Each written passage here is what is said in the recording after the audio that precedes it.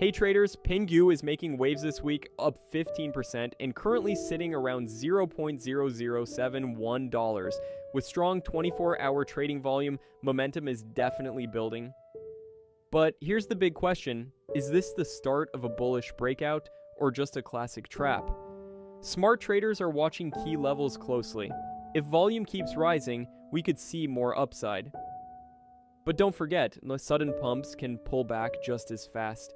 So stay sharp, manage your risk, and don't chase the hype. Let me know, bullish or trap. Also, quick update, we've just released our latest Pengu crypto price prediction update, support and targets revealed. Big moves could be ahead for a Pengu crypto. We've just dropped our latest analysis with key support levels and price targets you don't want to miss.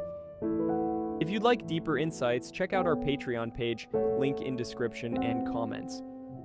There's also a starter plan available for just $10 if you want to try it out. Got a specific chart you want analyzed? Feel free to DM me anytime, happy to take requests. Catch all the details via the link below. Disclaimer, please do your own research. This content is for informational purposes only and is not financial advice.